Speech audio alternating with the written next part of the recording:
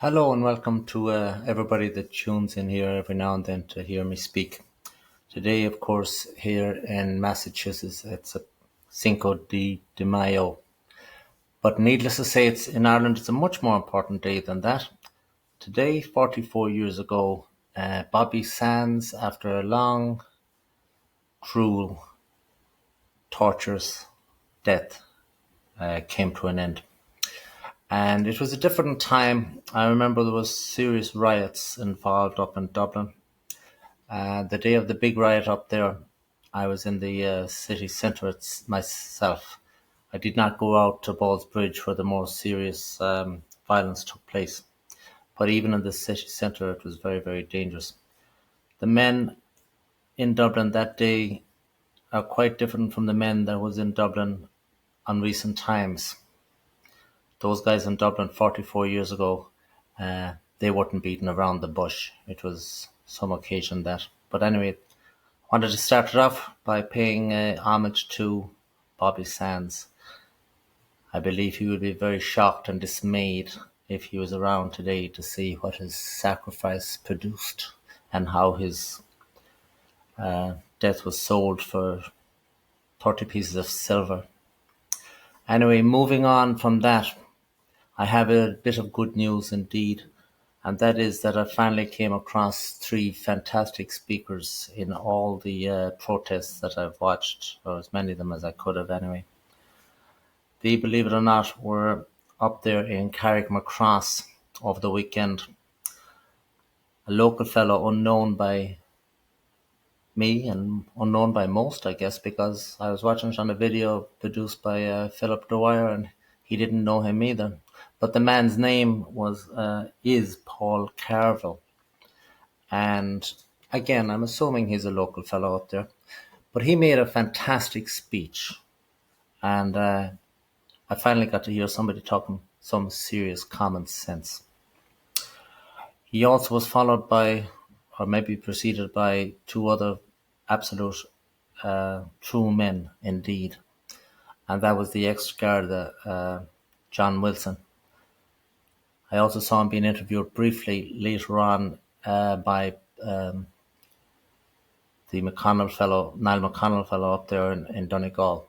And that fellow is another genuine man. And then Councillor Traynor also did a fantastic speech. It's well worth watching all three, or maybe there's more to it that I didn't see, but that particular rally seems to have been worthwhile indeed. Now, the other two rallies, in my opinion, had really no focus to them whatsoever. The Dublin rally produced 50,000 people and raised their spirits and give them encouragement. That was the positive. But it was the same old rhetoric that we have been listening to now since God only knows how long. Also, we've discussed the fact that it was restricted to four people. Those four people indeed had a good day because their votes would have greatly increased. And perhaps their objective is to get into Dáil Éireann, and that's a good objective indeed. But for the common cause in this time of turmoil, the bigger picture has to be looked into. I would suggest that if a similar protest is going to be held again, drawing another 50,000 people, it'd be much more beneficial to have each of the 50,000 people donate the €100 that they would have spent on that day travelling from Kerry or God knows where, and come up with a total of €5 million and purchase maybe four of these small hotels or whatever that's being now used in IPAS in places like Knock and Castlebar and Bundoran, and I think it's Bundoran that I saw talk of 70 Somalian refugees being put into some hotel up there or whatever. That would be much more useful and much more beneficial to the common cause. Now, I also watched the rally down in Letterkenny. I was disappointed in that too because for the life of me, I could not figure out what the purpose of all the speeches were from start to finish.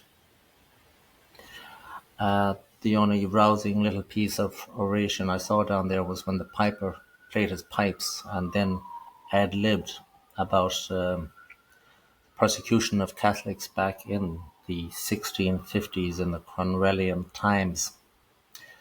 That was unscripted and it was not planned, but it overshadowed everything else that I saw anyway, because that guy was knowledgeable and it was uplifting indeed.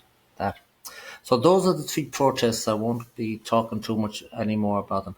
I certainly will not be promoting protests from this point on, because I think now they have ran their course. With one exception, of course, and that is the one proposed by John Malloy, which is on the 16th day of July. That one is worth promoting because it has a clear, laid out objective that has a reasonable chance of producing reasonable results indeed. It's well thought out, it has an objective, it's not the same old, same old. So that would be an exception.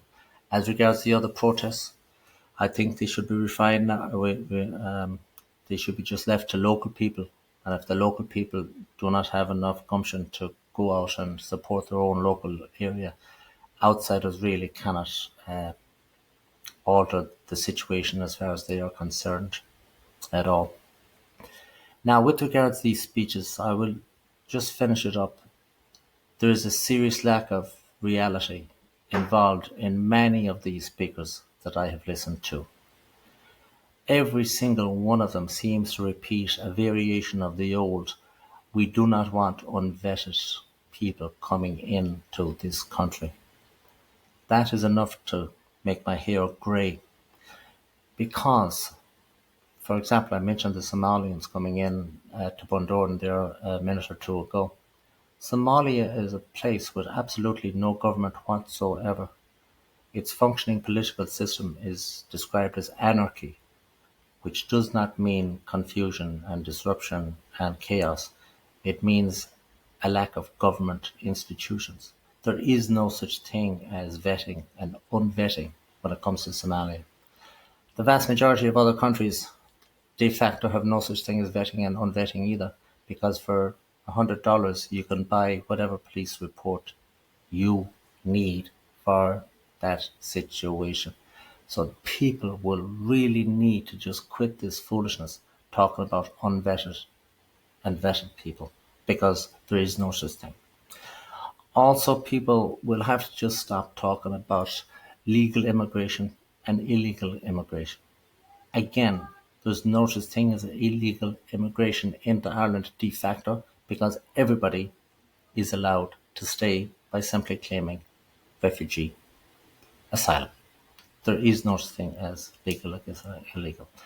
Even if there was, it would just vary the rate of influx of different cultures into Ireland, none of which have any inclination to assimilate into Irish culture in any particular shape or form at all. It's complete and utter insanity. So that is how I see things now. I have a little bit of a group and a little bit of following. It's called the Common Sense Party. My intention is to hopefully have people set up a party and let them run with it. The advantage of that is there is no leadership as such at all.